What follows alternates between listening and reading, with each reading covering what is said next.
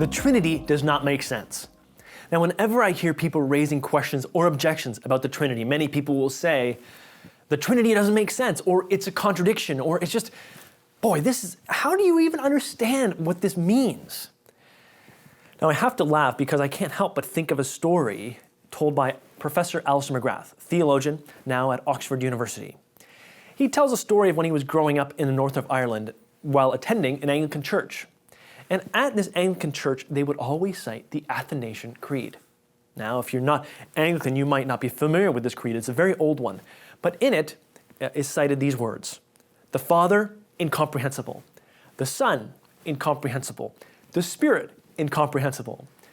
Now, Alistair tells a story of one time when this creed was cited, and just after everyone said, the Spirit, incomprehensible, there was a farmer at the back of the church who shouted out, the whole darn thing's incomprehensible.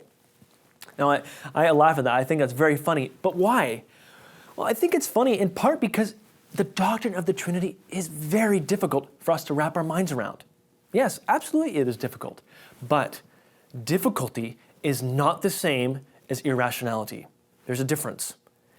The doctrine of the Trinity forces us to think and explore just how big the Christian God really is.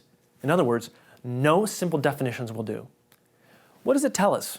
Well, it tells us that God is the Father and Creator.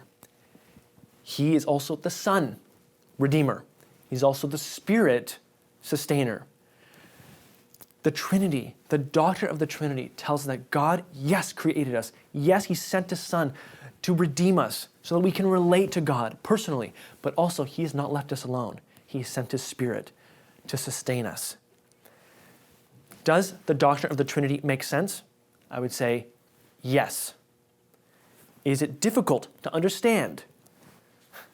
Yes, it is. But difficulty is not the same as irrationality.